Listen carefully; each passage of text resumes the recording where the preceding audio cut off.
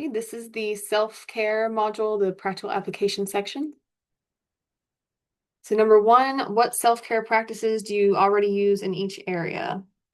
So just to remind you, if you can, try to write these down. If you don't have anything to write it down with, at least say it out loud. But hopefully you have a walking and balance workbook. If you don't, at least write it down in a journal or something like that. But to give you some examples, for me, for psychological self-care, I do journaling every day and engage in a lot of self-reflection. Sometimes I feel like I analyze myself into oblivion, but self-reflection is very helpful in general. So that helps with my mental health a lot. I try to speak kindly to myself. I have a bad history of really like self-abuse, like talking to myself um, very poorly, and I've had to work on that a lot to speak kinder to myself to kind of overcome that perfectionism and way too high, ridiculous expectations. I also don't try to avoid my emotions anymore. I used to in the past. I did not have any emotional awareness or like ability to regulate. Um, and so if I felt like I was about to get emotional, I would try to like shut it down somehow or dissociate or use something to not have to think about it, distract myself.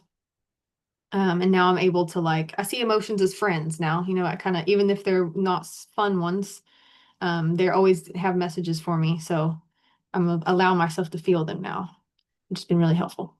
And then I also focus on just doing one thing at a time instead of multitasking, which I really don't have a choice at this point because my brain has made it to the stage where it cannot multitask anymore. I can only focus on one thing at a time, but that's good because I want to be really invested in the present moment with everything that I'm doing instead of having my energy split in a lot of different ways. For physical self-care, I eat a whole food, plant-based diet. I try to not eat as much processed food as possible. It's not always, we don't need to be perfect. It's not about that. And it's not always possible. Sometimes I'm traveling and you just gotta feed yourself. But I try to stick to whole foods and I only eat plants. But just so you know, if that bothers any of you, I'm not suggesting that everybody needs to be vegan by any means. That's just what works for me. But as long as you are eating as healthy as you can and what you have access to, that's what matters. I also do a lot of dancing and I love going on walks. I do yoga. Shout out again to Yoga with Adrian. If you want an easy way to get involved with yoga that's at home and free, I highly recommend her videos on YouTube. Also, try to drink a lot of water, at least 64 ounces a day. I try to shoot for more like 70, but that's my 64 is my minimum. And then I also try to sit on the earth as much as possible and just have her help me regulate. And then for spiritual self-care, I connect to spirits, well, spirit team, whatever, all the different things that I connect with every morning. And then as many times as I can throughout the day, and then also at night, just trying to stay as connected as possible. I talk to them a lot, ancestors and whatnot, which is really helpful for me. So whatever that looks like for you, it doesn't have to be the same as mine, but just whatever makes you feel connected to the collective or spiritually connected is fine.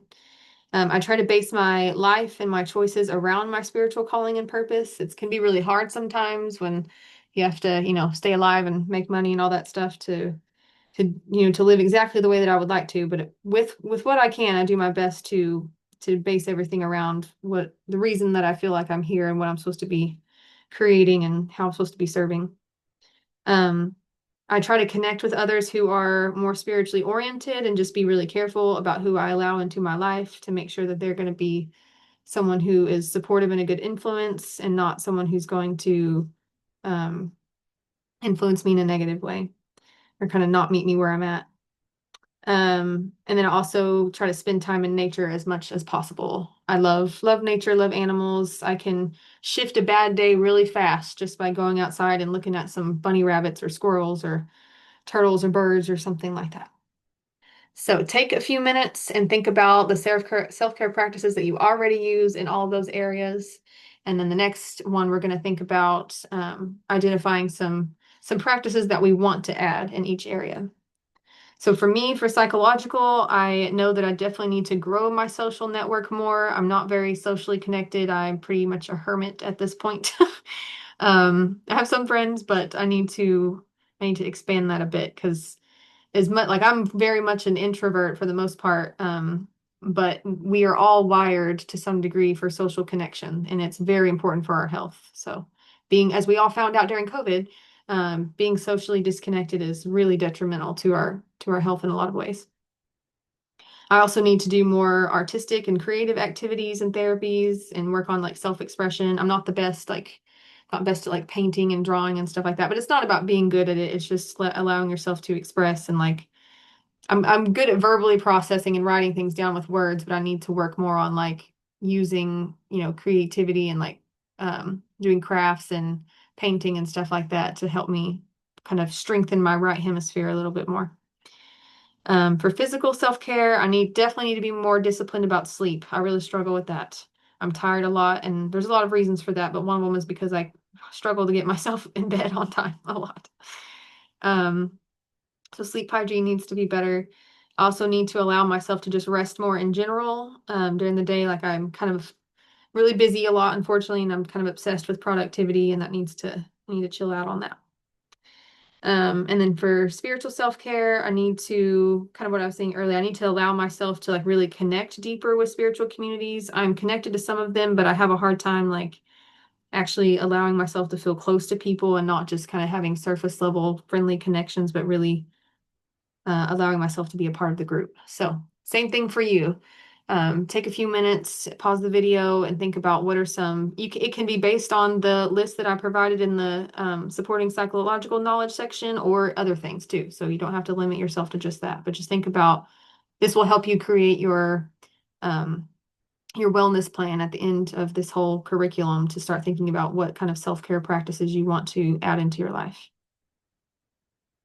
All right, so number three, everyone is busy and beginning a self-care routine can feel overwhelming. To create a sustainable self-care practice, choose the areas that are most important to you and the easiest for you to implement. Start slowly and add in new practices one at a time.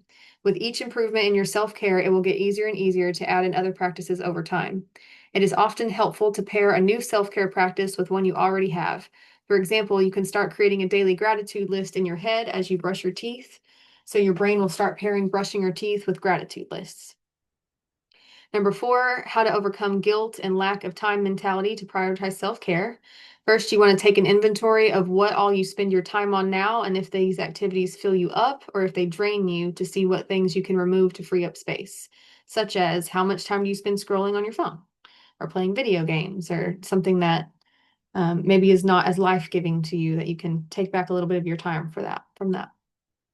Then you also want to notice when you have shameful thoughts around allowing yourself to rest or not being as productive as you would like to be, and try to reprogram these thoughts by reminding yourself that rest and self-care are productive and are crucial to you being able to perform well in other areas of your life. You want to recognize the consequences you have to face by not prioritizing self-care. That's a big one in our communities right now. I think we can all look at ourselves and look around and notice what's happened to us by not taking care of our bodies. In our minds. It's pretty rough at this point. Um, Schedule in time for self-care so you are more likely to believe you have time for it. If you have a family or kids, try to involve them in self-care practices as much as possible to give you more time to engage in them and also to model healthy behaviors for them. It's a lot easier to do this stuff when you're not doing it alone. Don't blame yourself for struggling to fit in self-care activities as you work on building your practice. Lack of self-care is not a moral failing on your part. Society is working against you, and part of self-care is acknowledging that and having compassion for yourself.